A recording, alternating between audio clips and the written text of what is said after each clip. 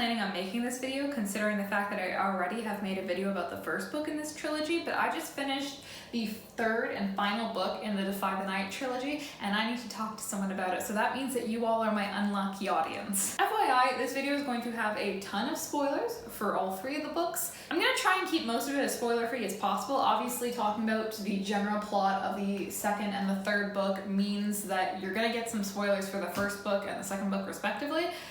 However, I will try and keep it as spoiler-free as possible because I think everyone should read these books, and I will try and warn you when we get to the spoiler section because I have to vent. Okay, first off, let's talk about the plot of this book series.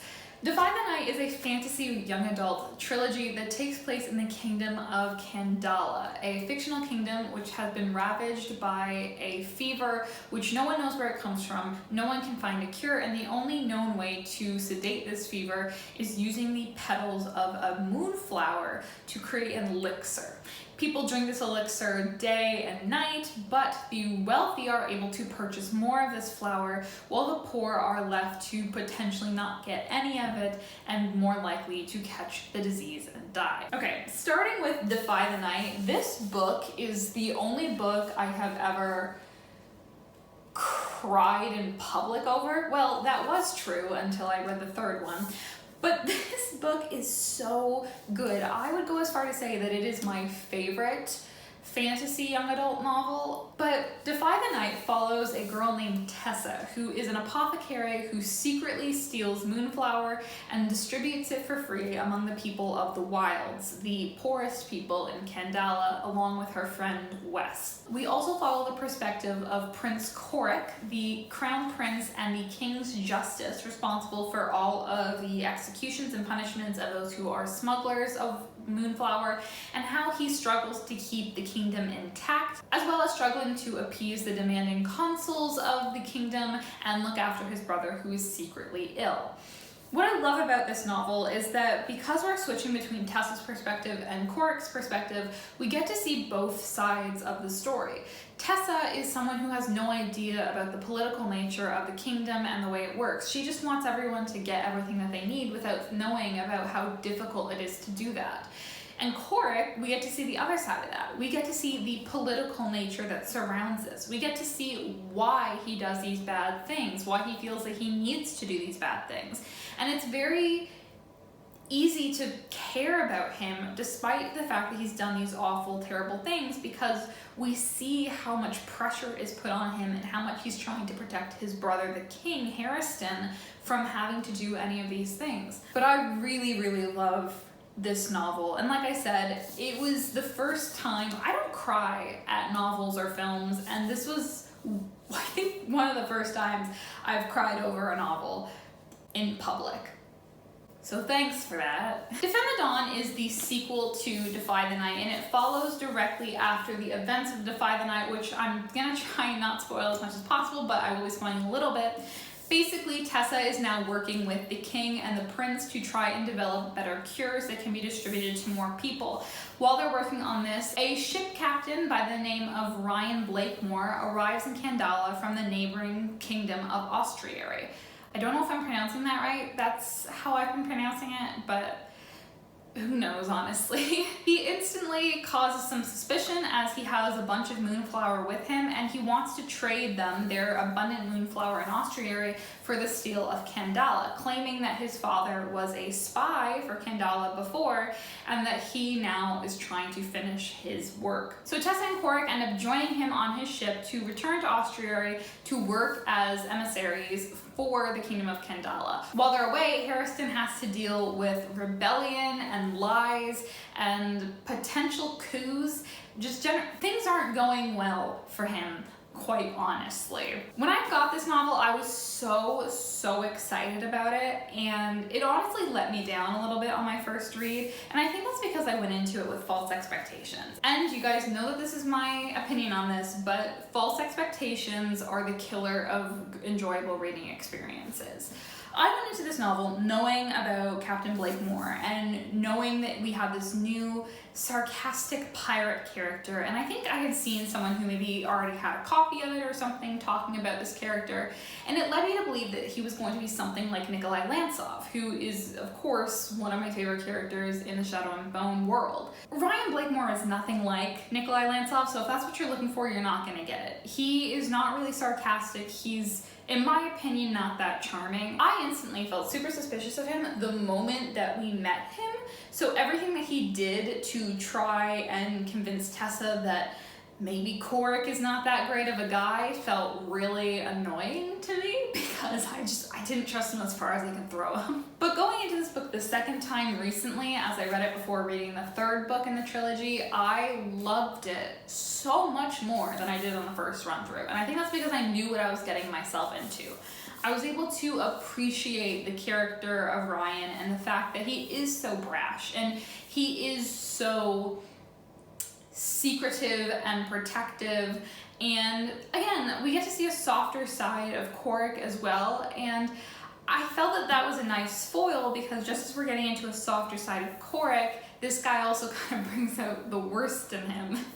So it's just a fun little balance there. Harriston's storyline in this book I also really enjoy. It's, I think, my favorite of the two storylines, just because we get to see him being kind and being soft, and we get to see from his perspective for the first time, which I love. And much like Korik's, this is a massive spoiler alert, so skip ahead if you don't want to hear this, but much like he has been doing good secretly, we get to now see Harriston do the same thing.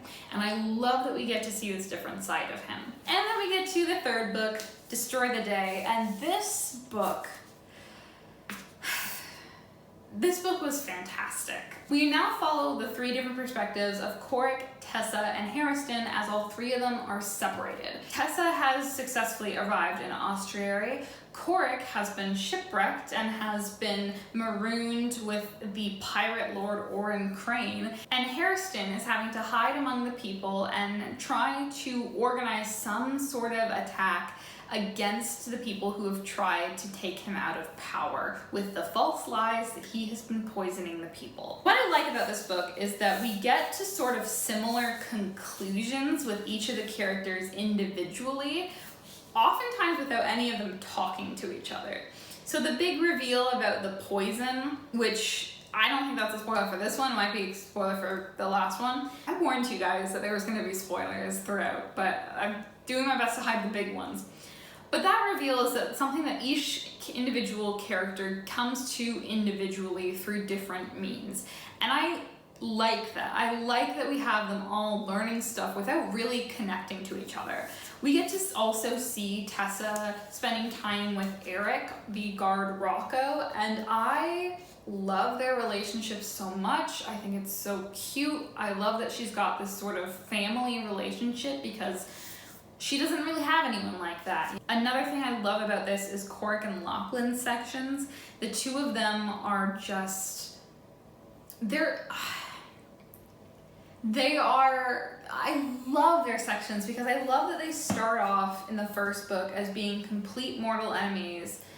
And then in this book, and even in the previous book, you know, there's a little bit of respect between them, but they still don't like each other. And then this one, they just become besties, and I love that. And I love that they actually have this genuine caring for each other. I have so much more I want to say about this book and the others, but I don't want to spoil more than I already have, so I am going to put this into a spoiler section, so skip now. If you are here, then that means that you're okay with the big spoilers, so let's dive into them. First and foremost, if I had a nickel for every time Brigid Kemmerer made me cry in public over killing off a character only to reveal that that character is alive a couple of chapters later, I would have 2 nickels.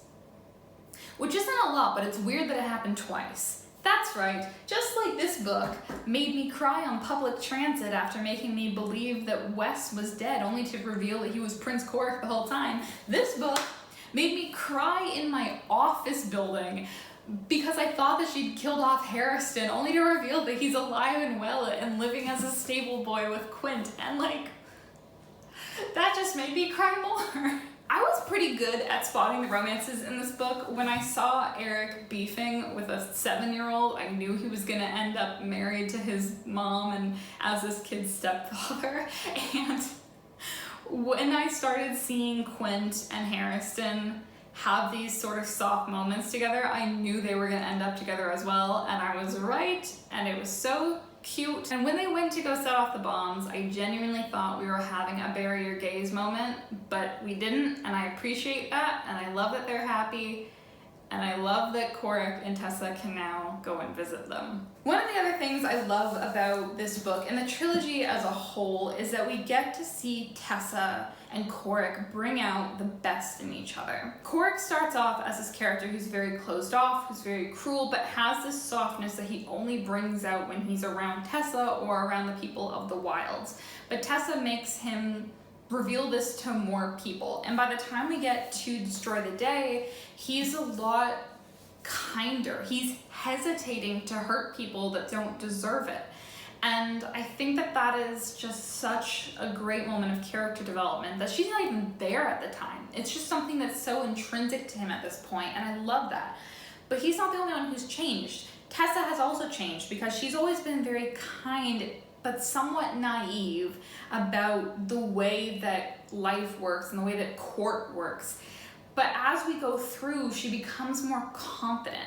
Even by the end of the first book, she's already working as sort of an in-between for the king and the rebels. She's already speaking against the king to his face. By the second book, she's already sort of talking back against Korik and Ryan, and I love that. And by this book, she's become a real strategist. I also want to read you guys like a specific passage because it genuinely had me sort of just like, yes, I love this moment. But it's when she goes to confront Ryan after finding out that he's actually the king of Austria, right? And she's confronting him for the first time, and he's still being super suspicious of her, which we'll get into that in a second. But she says this to him: "I'm not causing trouble." I take a step closer, looking at him dead in the eyes. "I've never caused trouble. You criticize Prince Korik for manipulation and scheming at every turn when you did exactly the same thing. And you know what the problem with that is? You think you're doing the right thing, but all you're really doing is turning everyone into your enemy. If you knew Moonflower was a poison, you had a chance to tell King Harrison when you were there. You could have saved lives right then, but you knew it was a way to lure Korik onto that ship, so you didn't.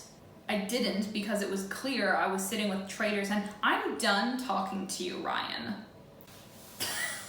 The cutting him off with "I'm done talking to you" is, girl boss moment if I've ever seen one. I had to like pause and like take a picture of that page because I love it so much. But this is what I'm talking about. Tessa from the first novel would have never said something like that, but by the time we get to this point, she's had it.